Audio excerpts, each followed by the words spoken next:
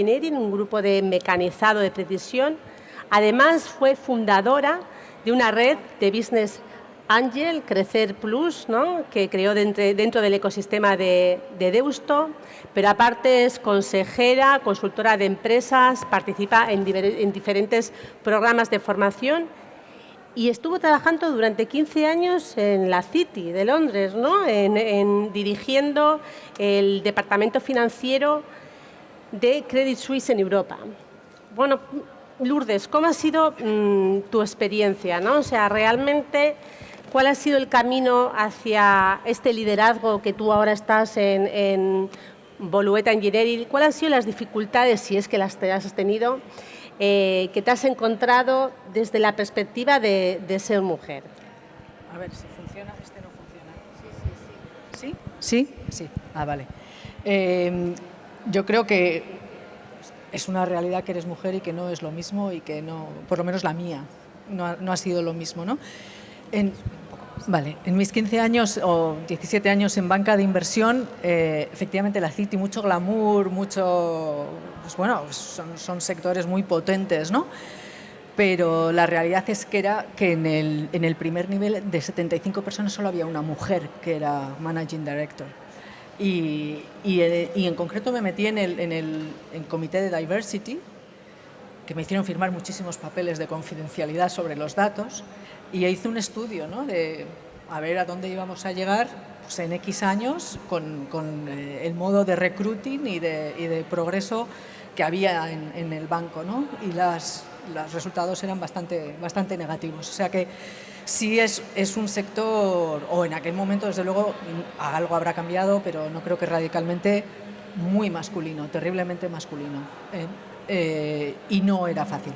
Y de un sector totalmente masculino te cambias a otro que este es cañero.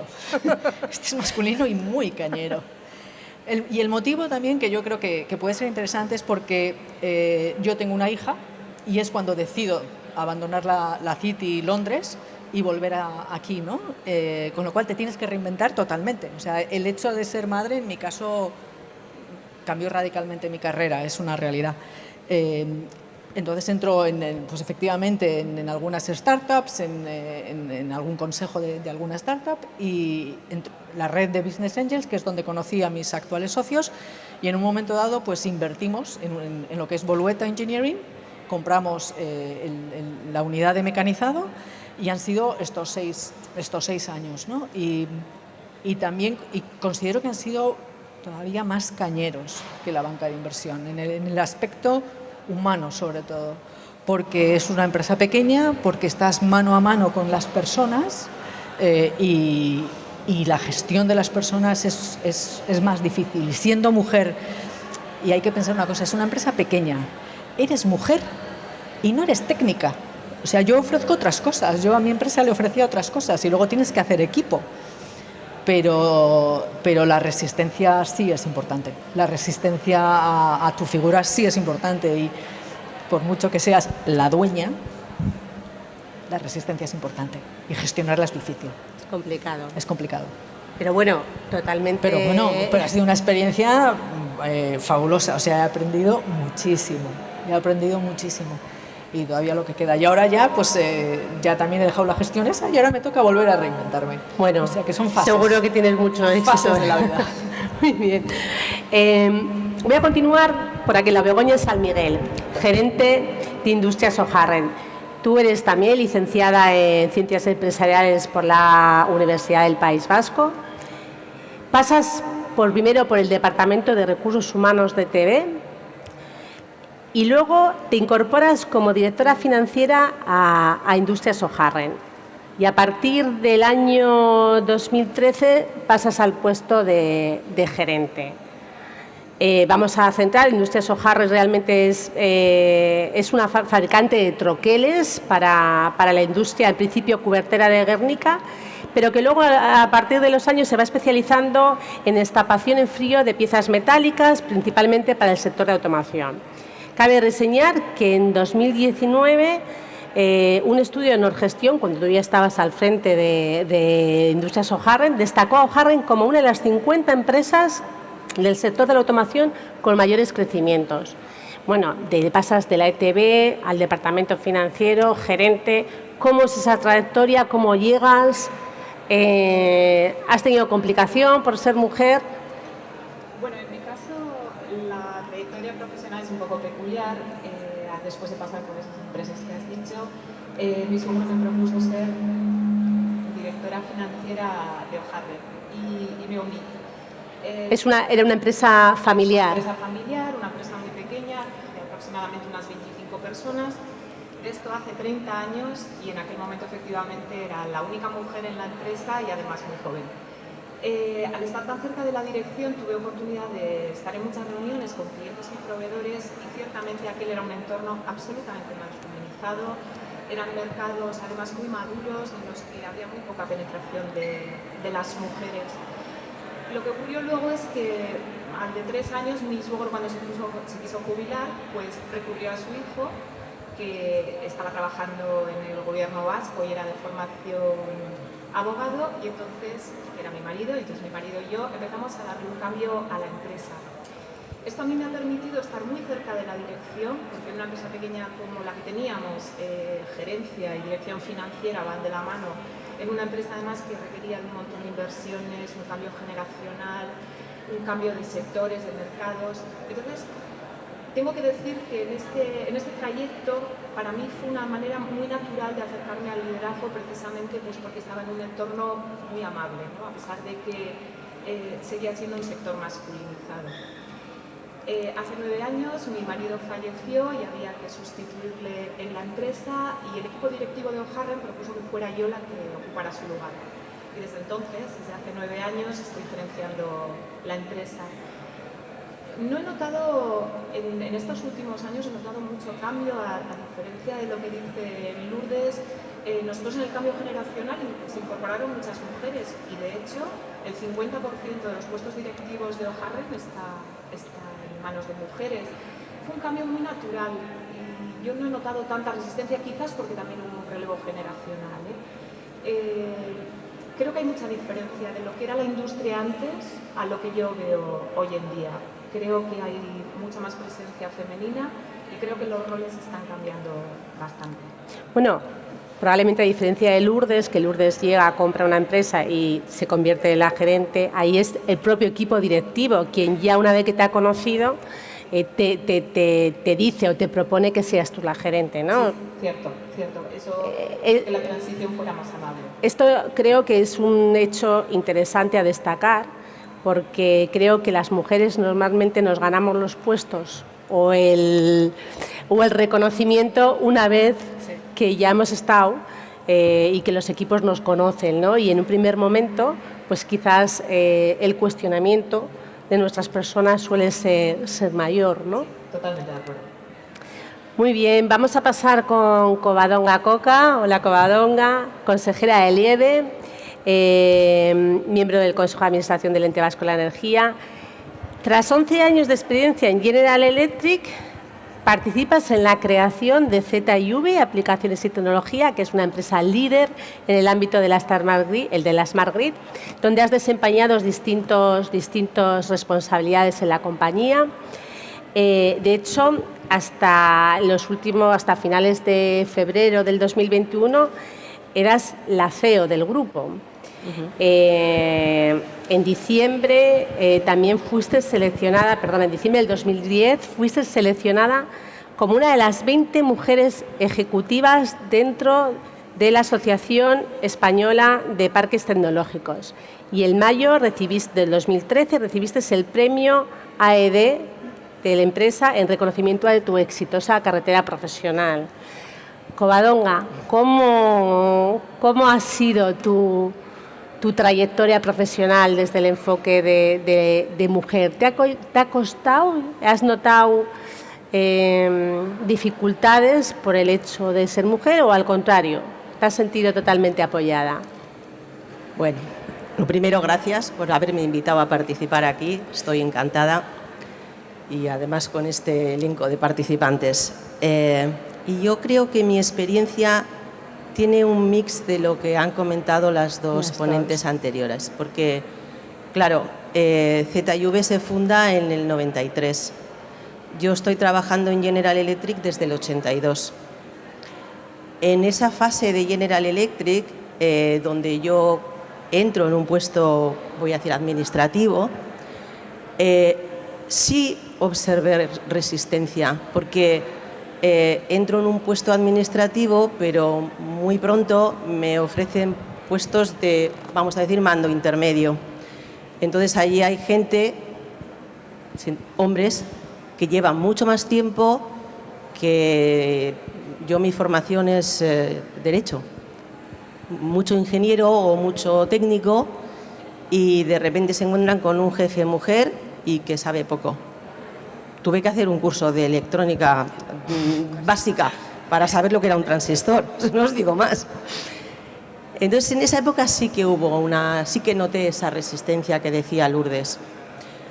Cuando fundamos ZV, que ha sido una experiencia maravillosa, que me ha enseñado muchísimo y me ha hecho crecer profesional y personalmente todo lo que soy casi, pues ya la cosa empieza a tener otro sesgo. Primero porque, como apuntaba Begoña, ya venimos con otra mentalidad. Vamos a un mundo, el de las redes inteligentes, donde lo que se prima es el conocimiento.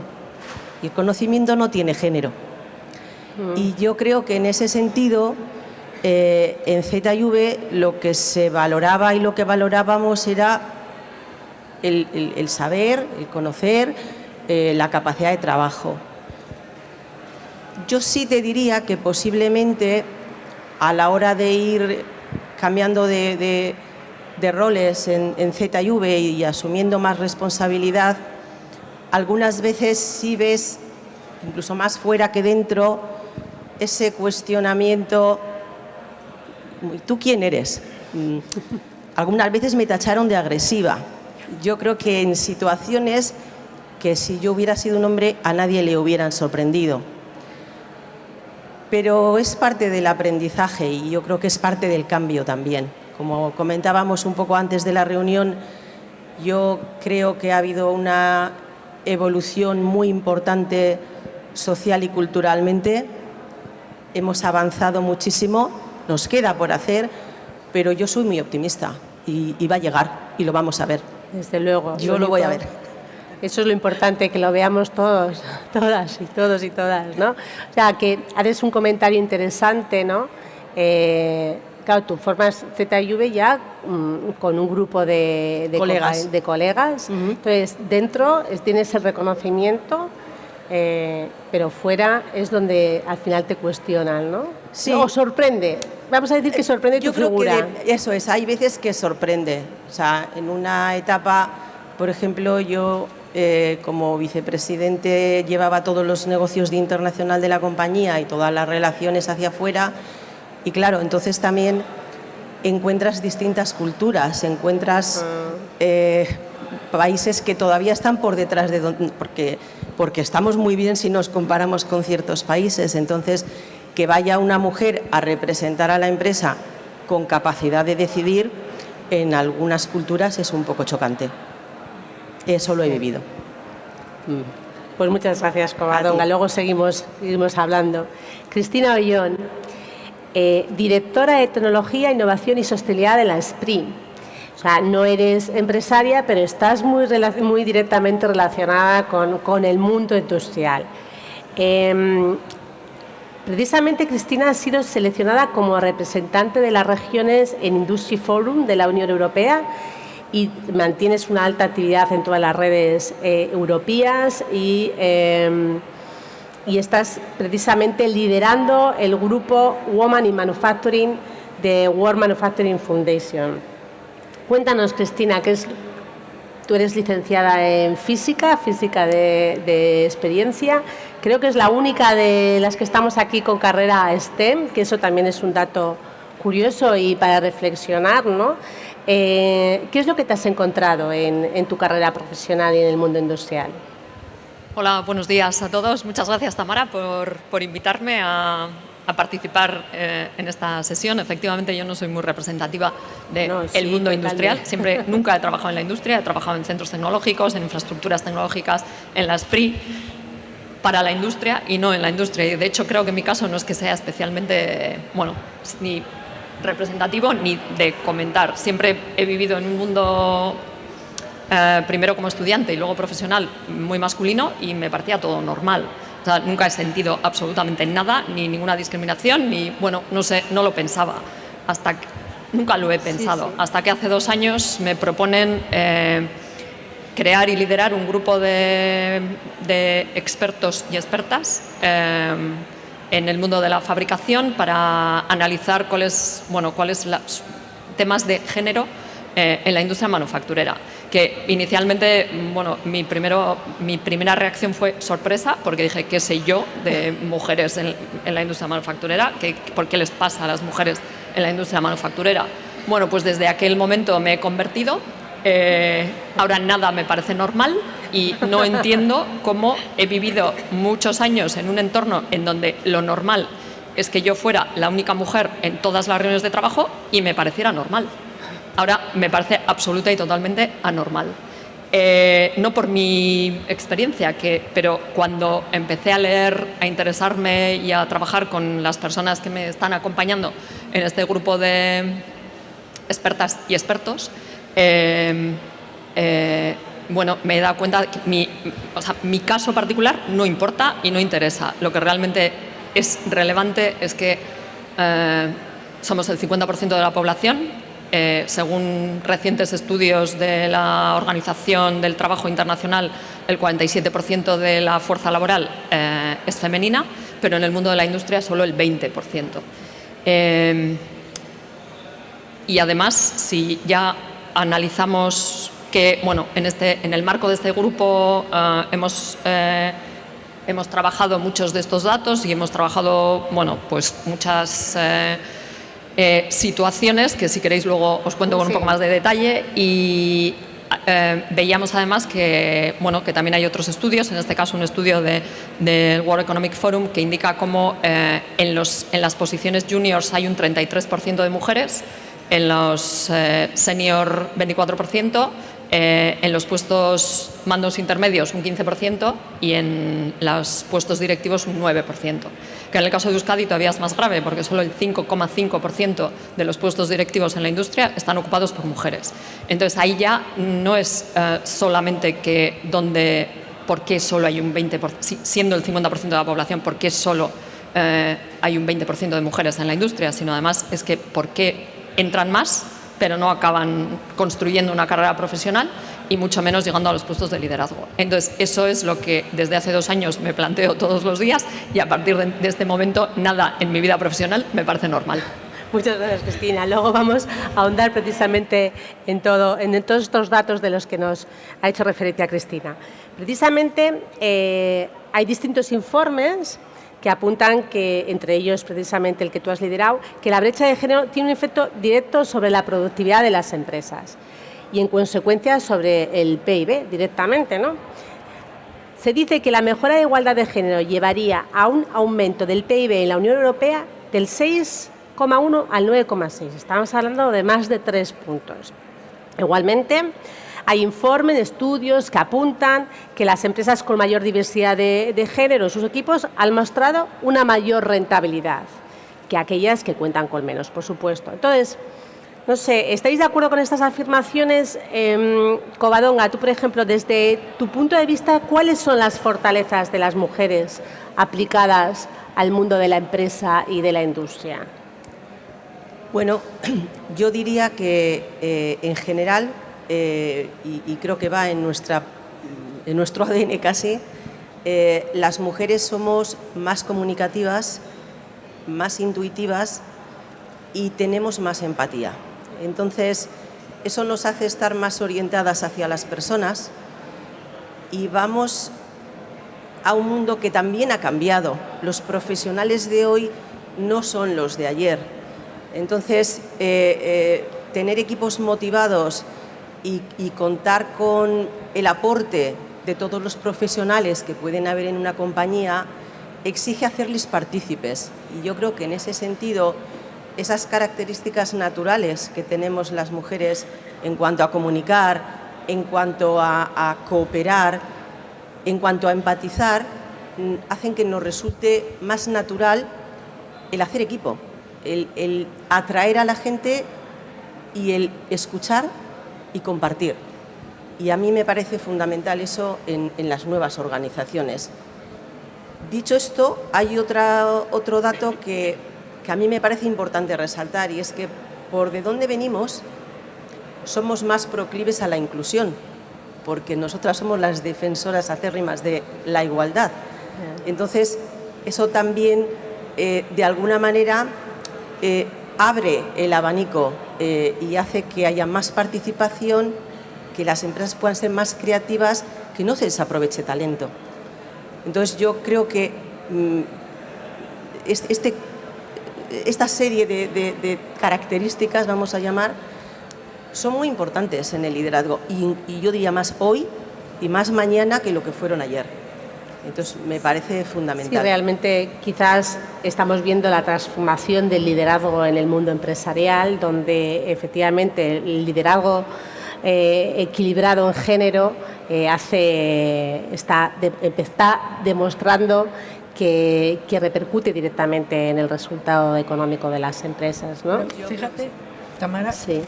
Fíjate, Tamara, que hay una palabra que has dicho ahora de equilibrado, ¿no? Sí. Yo creo que no solamente puede ser por las características de las mujeres, que efectivamente somos diferentes y tenemos unas características también diferentes, ¿no?, que pueden aportar.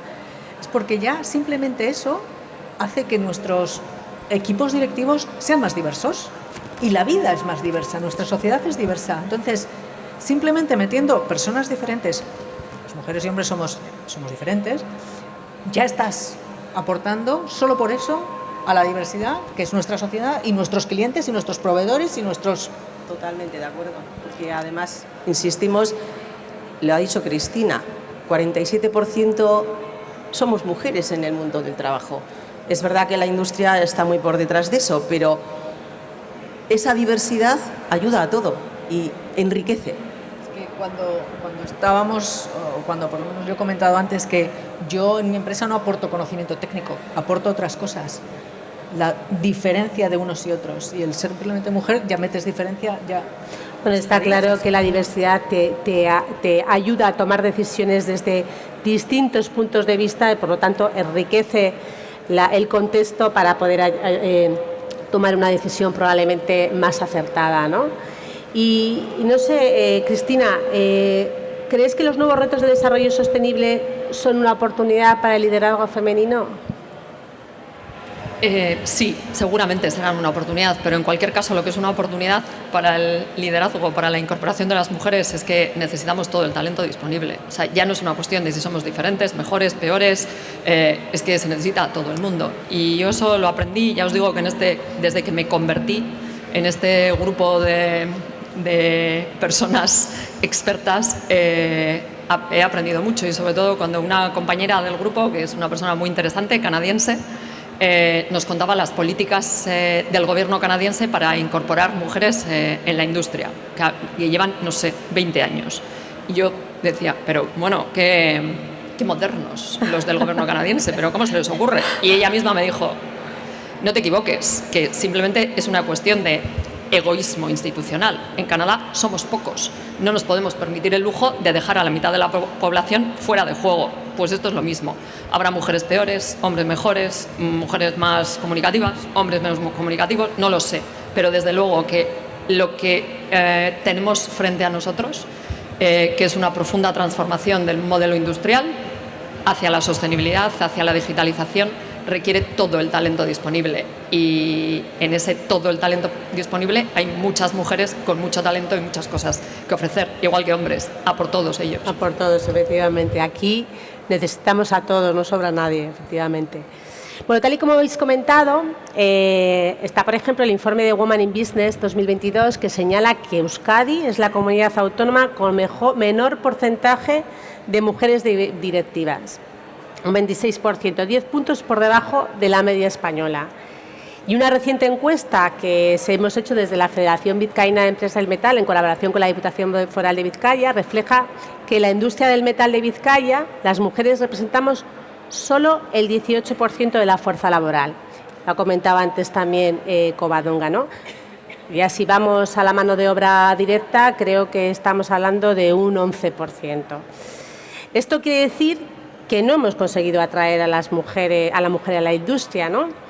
A pesar de que la industria se ha modernizado, se ha transformado y de que acabamos de estar hablando de las cualidades y las fortalezas que pueden aportar la mujer. Entonces, desde vuestra visión y experiencia, ¿cuáles creéis que son las razones que nos llevan a estos datos? No sé, Begoña, por favor. Bueno, yo diría que el hecho de que Euskadi sea un país, una comunidad con una larga trayectoria industrial, hace que sea un sector maduro, un sector en el que ha sido tradicionalmente masculino, heredado de padres a hijos sucesivamente, y lo que has comentado anteriormente, casi todos eran ingenieros. Eso ya nos colocaba a las mujeres lejos de la posibilidad de llegar ahí, precisamente por esa madurez del sector. En un estudio reciente de Women in Business habla de que en África, por ejemplo, hay un 40% de mujeres líderes. Son mercados nuevos, no parten con clichés masculinizados, con entornos más sectorializados, y yo creo que eso hace que sea un poco más fácil en los países que están despegando. Y en Euskadi pues lo que tenemos es una trayectoria muy industrial, muy antigua y muy masculina. Pero yo soy muy optimista como Covadonga, tengo clarísimo que hemos llegado, vamos a seguir y seguiremos llegando. Creo que hay dos cosas que son importantes para llegar. Una es efectivamente que vayamos educando y direccionando a las mujeres, a las chicas, a las futuras líderes en carreras relacionadas con la industria. Pero creo también que es importante un mensaje que durante mucho tiempo lo hemos oído todas las mujeres, las aquí presentes seguro, que las mujeres nos cuesta el doble llegar a los sitios y tenemos que ser las mejores. Creo que eso ha sido cierto durante mucho tiempo, pero también tenemos que aflojar un poco en ese mensaje. O sea, las mujeres tenemos que ser buenas profesionales, igual que los hombres. No podemos ser las mejores, no todas seríamos las mejores. Yo creo que hay que quitarle un poco de peso y carga a las mujeres, que se animen, que lo prueben y que seguro que lo van a hacer fantásticamente. O por lo menos también como los hombres que tienen las mismas capacidades. O sea, nos tenemos que quitar presión. Totalmente. Hablemos ahora del emprendimiento industrial. Realmente parece que el emprendimiento industrial en el mundo femenino no es tan habitual como en el masculino, ¿no? Pero tenemos las mismas oportunidades, tenemos los mismos apoyos financieros ante el emprendimiento. Lourdes, tú que has estado en el mundo de la banca y luego has sido emprendedora y lo sigues siendo, ¿qué opinas al respecto? A ver, yo creo que las oportunidades sí son iguales. Yo, por lo menos en mi experiencia, tanto ahora en mi época emprendedora, pero cuando estaba en la red de Crecer Más, que estaba con Business Angels, yo creo que las instituciones no miraban el sexo. Mi experiencia al menos, ni de lejos. El apoyo lo tienes igual. Yo creo que pero la realidad es que emprendimiento industrial, y no hablo, por ejemplo, de la industria inteligente, no hablo del tech, ¿no? Hay a veces emprendimiento más básico de procesos o de máquinas, ¿vale? El tangible de ese estilo. Es menor que otro tipo de emprendimiento, pues eso, el más tecnológico, ¿no? Del básico quizá haya menos. Y efectivamente, mujeres hay menos emprendedoras. Y hay una cosa que ha mencionado Begoña y que también se menciona en el informe, que es que a las mujeres un entorno de gran influencia para un cambio cultural, que es de lo que estamos hablando, es la familia. Y creo que ahí tenemos que incidir.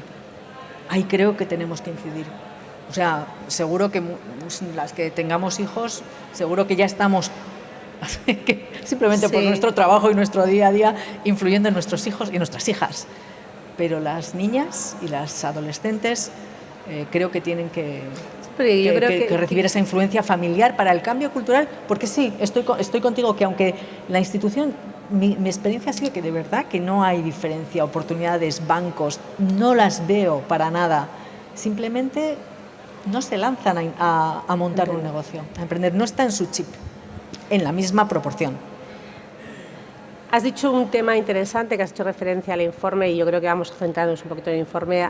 Hablabas de que las mujeres o las niñas tienen la influencia en la familia. En cambio, creo que el informe hace una mención de que los chicos están más influenciados por los medios. Entonces, hay una diferencia. Vamos a hablar, ¿no?, de ese informe y de ese grupo. Cristina, has liderado el grupo Women in Manufacturing de World Manufacturing Foundation. Primero, por poner en contexto, el World Manufacturing Foundation es una plataforma abierta que tiene como objetivo mejorar y difundir la cultura industrial en todo el mundo como un medio para garantizar la equidad económica y el desarrollo sostenible. Bueno, en este informe, en este grupo de expertos que has estado liderando, el objetivo ha sido trabajar en la elaboración de un decálogo que recoja buenas prácticas dirigidas a fomentar precisamente la presencia de la mujer en la industria manufacturera. Ahí habéis identificado distintas acciones. No sé si nos puedes poner un poquito en contexto cómo ha sido el trabajo y las acciones que se han identificado para que tomemos buena nota de todas ellas. Sí, claro, por supuesto. La idea de este grupo de trabajo surgió durante la pandemia, y la idea del World Manufacturing Foundation fue establecer diferentes puntos de vista de lo que estaba sucediendo en el mundo de la industria manufacturera en este momento de crisis, y también analizando esta situación, prepararnos para un futuro que ya veíamos que tenía que ser un futuro con una profunda transformación de un modelo industrial que ya no solo genera valor económico, sino también valor medioambiental y valor social. Y entre las ideas que se pusieron encima de la mesa fue el papel de las mujeres en la actividad industrial. Entonces, llevamos 2 años de recorrido del grupo de trabajo, y durante estos 2 años, ahora vamos a empezar una tercera edición, y durante estos 2 años, pues hemos tenido como 2 fases diferentes. La primera, durante el primer año lo que fuimos fue una fase de análisis en las que, con estas preguntas que os comentaba al principio de por qué hay tan pocas mujeres en el mundo industrial, por qué además las pocas que empiezan van abandonando la carrera y no llegan a los puestos de liderazgo, vimos cómo había como 3 grandes bloques en el mundo, en la situación de las mujeres, que una era el acceso, otra la promoción y otra el liderazgo. Y empezamos a trabajar sobre cuáles eran las claves de el acceso, promoción y liderazgo. También decidimos hacerlo en un entorno de la industria del futuro, porque en este grupo internacional pues hay representantes de muchos lugares, de muchos países, en los que hay una industria de muy poco valor añadido, en el que la representación de las mujeres es espectacularmente alta, negativamente alta, y no ese es el modelo que nosotros queremos seguir. Entonces es todo lo contrario, sino viendo en un modelo cada vez de mayor valor añadido cuál es el principal problema de que las mujeres no acceden. Lo habéis comentado antes, una de las causas clarísimas es la falta de vocaciones STEM en las niñas. Y pues ante eso hay muchísimas acciones que hacer, pero la primera y fundamental es conseguir lo que Lourdes decía, ese cambio cultural que tiene que empezar en cada uno de nosotros mismos. Y estáis hablando con una persona que os he dicho que yo estudié una carrera STEM hace muchos años, y durante muchos años trabajando me parecía normal ser la única mujer en todas partes. Yo soy la primera que tengo que cambiar, y como todos nosotros tenemos que darle la vuelta a esto que os decía, pero ya no desde una experiencia personal, sino desde los datos. Es curioso, el informe dice que la industria fue diseñada por hombres, para hombres y para dejar fuera a las mujeres, ¿no? Para hombres, claramente. Entonces, una de las cosas que también salen en el informe es en la parte de promoción, por qué abandonan las mujeres que entran, es porque es un lugar que no es amable para las mujeres. Entonces, hay una cuestión que los empresarios tienen que empezar a entender, que si realmente quieren reclutar mujeres, tienen que hacerse atractivos para las mujeres. Ya no es una cuestión de que nosotras supliquemos entrar a trabajar en una empresa, es que realmente las empresas necesitan el talento de las mujeres. Entonces, tienen que conseguir hacer que sus entornos laborales sean atractivos para las mujeres. Y eso supone, otra vez, un cambio cultural. Habla también de que debe garantizar la igualdad de oportunidades y priorizar el equilibrio entre la vida laboral y personal, realmente, ¿no? Porque sí, eso para todos. Para todos. Es uno de los retos, ¿no? La corresponsabilidad. ¿Qué opináis al respecto?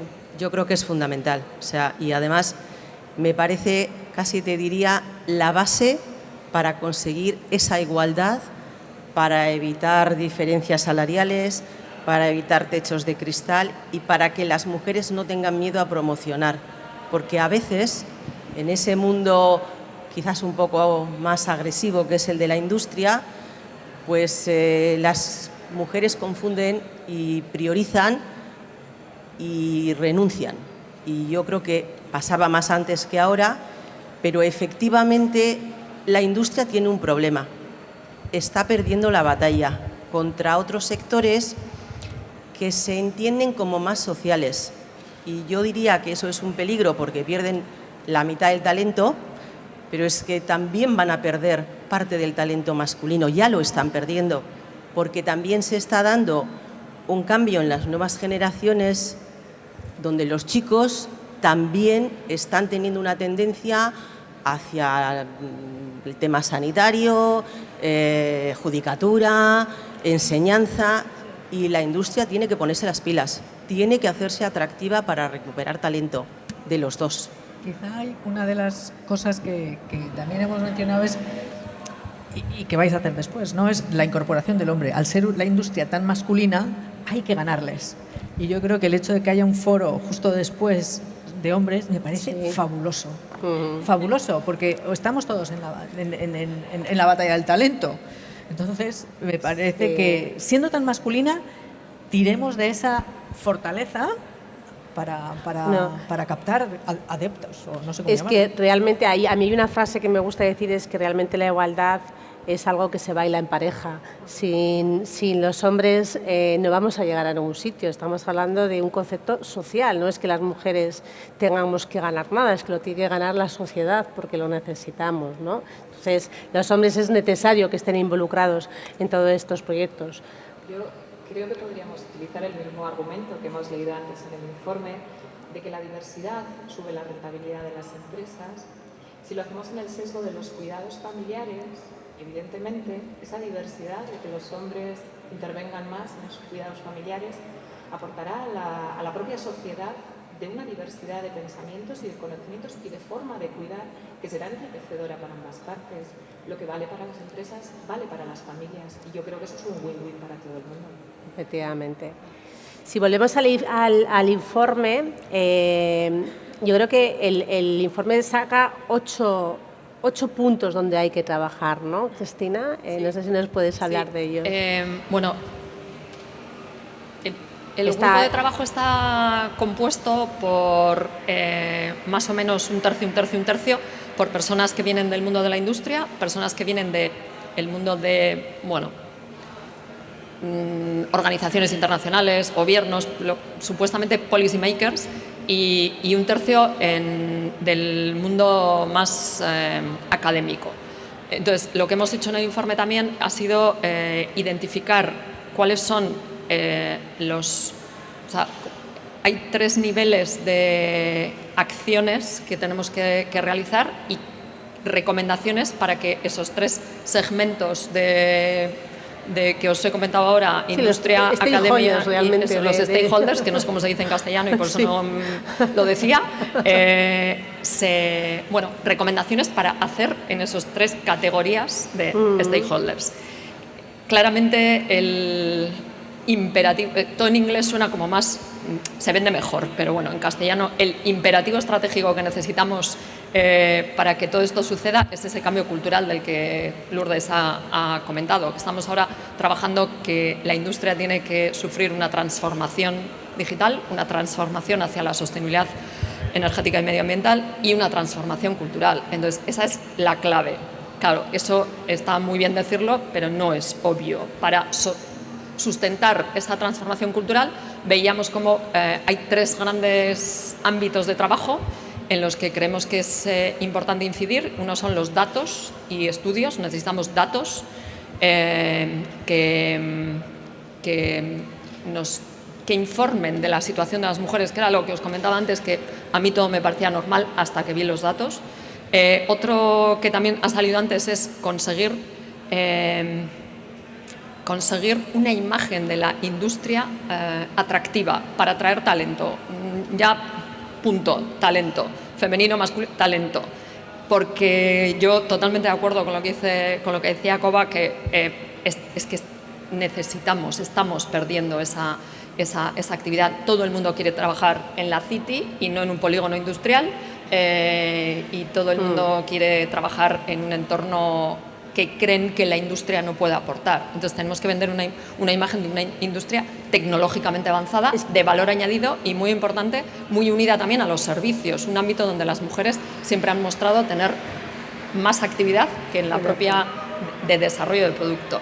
Y bueno, la tercera acción que debemos de desarrollar es la de, bueno, algo como lo que estamos haciendo aquí, mostrar que hay casos que los niños o las niñas nunca van a querer ser lo que no ven. Con lo cual tenemos que mostrar que ese porcentaje pequeño de mujeres en la industria tenemos que dejarnos ver, se nos tiene que ver. Iniciativas como esta son muy importantes en un marco como la Bienal de Máquina Herramienta. Es una iniciativa muy importante para que se nos vea. No solamente que se nos vean las mujeres, sino de lo que estábamos hablando, ¿no? Mostrar lo que es la industria, porque quizás la industria es la gran desconocida.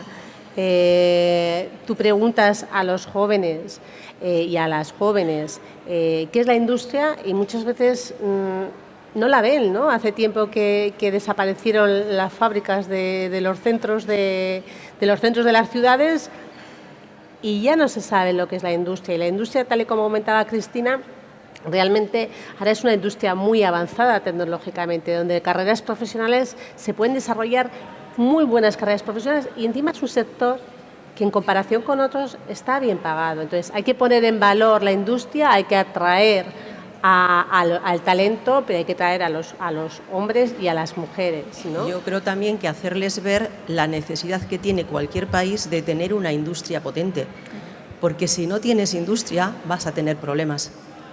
Bueno, de hecho, la industria, yo siempre digo que la industria está directamente relacionada al Producto Interior Bruto de un país y el Producto Interior Bruto de un país directamente relacionado al bienestar social. Tenemos que mantener la industria, trabajar en la industria para poder vivir todos mejor, ¿no? Entonces, ¿cómo veis el futuro de la industria en Euskadi, llevándolo a nuestro terreno en Euskadi? ¿Creéis que Euskadi, un sitio realmente donde tiene un arraigo industrial muy grande, creéis que esto va a favorecer esta incorporación de las mujeres o, por el contrario, no lo veis así? Yo creo que sí, pero todo pasa por volver a poner en valor a la industria, porque creo que lo que has comentado, Tamara, es cierto, y la juventud no conoce bien, igual tiene una imagen de lo que eran las industrias sucias, pesadas, trabajos penosos, con nocturnidad. Hace no mucho le oía a Teresa La Espada que decía: pero ¿cómo vamos a pensar que las mujeres no tienen fuerza si trabajan en temas sociales y de cuidados que tienen que levantar pesos muertos de 60 kilos? ¿Cómo vamos a decir que las mujeres no van a trabajar en sitios en los que se trabaje a turnos, si no hay sitio donde haya más turnicidad que en el tema de la medicina, de los cuidados, de las enfermerías, que son profesiones muy feminizadas? Creo que esto hay que decirlo porque verdaderamente te hace ver las cosas, las fortalezas que tenemos como mujeres y que las tenemos relacionadas con un tipo de carreras. Es muy importante, efectivamente, a través de la educación, fomentar el estudio de carreras STEM, pero yo soy optimista, como he dicho antes. Creo que la industria es la que genera valor en un país y da bienestar. coincido totalmente con Covadonga. Las mujeres tenemos esa capacidad de escuchar y adaptarnos a lo que hoy en día se necesitan las empresas, ¿no? Que es focalizarse en las personas. Así que yo optimismo y animo a todas y a todos porque la industria nos va a dar mucha cancha en los próximos años. Luego yo creo que en Euskadi tenemos otro punto bueno, ¿no? Que es que colaboramos el sector público y el privado. Y yo creo que ambos lados somos muy conscientes. Hay iniciativas desde el sector público y el sector privado está ayudando en ellas y viceversa, ¿no? Y creo que ese es un punto del que hay que enorgullecerse y que es una fortaleza nuestra. Y en este aspecto yo creo que se están dando pasos, se están haciendo cosas. Como decía Cristina, con las vocaciones STEM se hacen cosas proactivamente. Esto es un sirimiri, ¿no? Es constante y al final te calas, ¿no? Entonces... Yo creo que hay que seguir insistiendo en cosas como las que ya se hacen, incluso desde la Federación, hacéis jornada del Día de la Industria, llevar a los estudiantes, no ya universitarios, pero en fases anteriores, a ver qué hablamos, de qué hablamos cuando hablamos de industria, cómo son nuestras industrias, porque realmente el País Vasco tiene una industria tecnológicamente avanzada. Quiero decir, hay muchísimas posibilidades y yo creo que tiene que darse a conocer. Es una desconocida, pero yo también soy optimista, ya te lo he dicho antes, pero hay que seguir trabajando y hay que seguir trabajando apoyando desde las instituciones y desde las propias empresas. Muy bien. Hay una cosa que antes hablaba Cristina sobre el informe que realmente es interesante, ¿no? Hablamos de que hay distintos stakeholders que tienen que estar trabajando en el mismo sentido, ¿no? Estamos el mundo industrial, está el mundo de la educación y están pues probablemente los gobiernos, ¿no?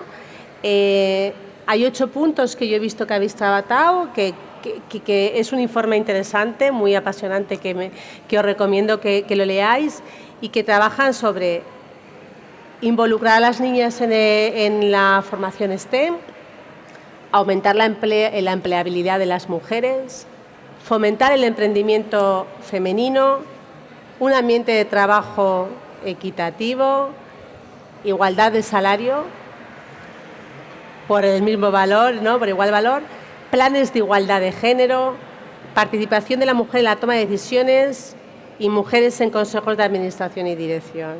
Y la pregunta del millón, ¿qué opináis de las cuotas? ¿Quién se lanza? Yo en esto de las cuotas tengo que decir que como Cristina soy una reformada. Como os he contado, de forma natural, en Ojarren hubo un relevo generacional en que se incorporaron las mujeres de una forma muy natural y accedieron a puestos de dirección. Pero luego, efectivamente, me he olvidado de lo que es el caso propio y he visto lo que existe. Y creo que las cuotas son aceleradoras. Es como cuando te duele la cabeza, se te va a pasar. Si te tomas una pastillita, se va un poquito antes.